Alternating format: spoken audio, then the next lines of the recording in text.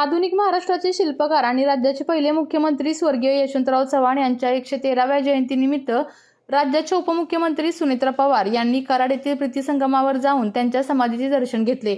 यावेळी त्यांनी समाधीस्थळावर पुष्पांजली वाहून अभिवादन केले। याप्रसंगी जिल्हाधिकारी संतोष पाटील, मुख्य कार्यकारी अधिकारी अश्विनी नागराजन, पोलीस अधीक्षक तुषार दोशी, माजी आमदार बाळासाहेब पाटील यांच्यासह विविध विभागाचे अधिकारी, नागरिक तसेच विविध शाळांचे विद्यार्थी मोठ्या संख्येने उपस्थित होते।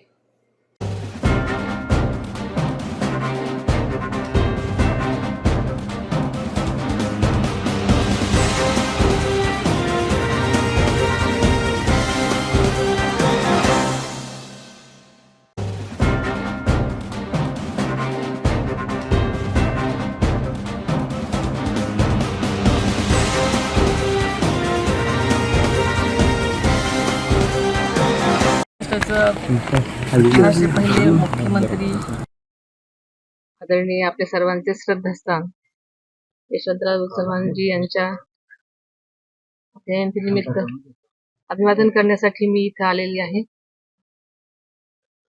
आणि हे सगळं करत असताना मन माझं भरून येते।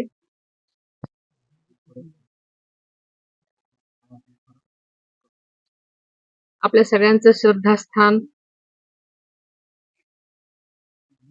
आपल्याला माहिती आहे की मी 2 फेब्रुवारीला पण इथे आले होते।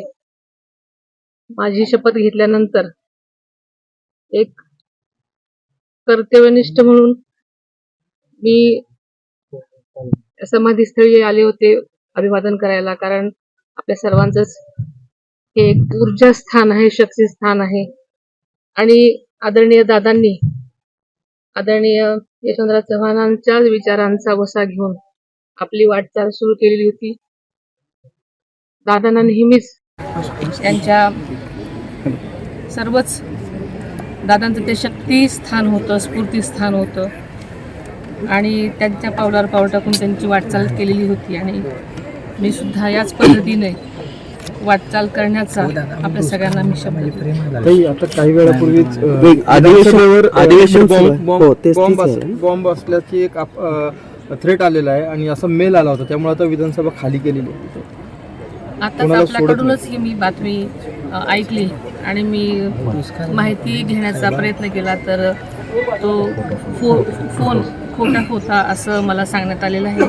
अजूनही जास्त चौकशी आणखी कळेल, मला आता एवढीच माहिती मिळाली। पण एका बाजूला अधिवेशन सुरू असतात। आपल्या तालुक्यातील जिल्ह्यातील बातम्या सर्वप्रथम पाहण्यासाठी आजच सातारा न्यूजला YouTube चॅनलवर सबस्क्राईब करा, लाईक करा, शेअर करा आणि बेल आयकॉन प्रेस करायला विसरू नका।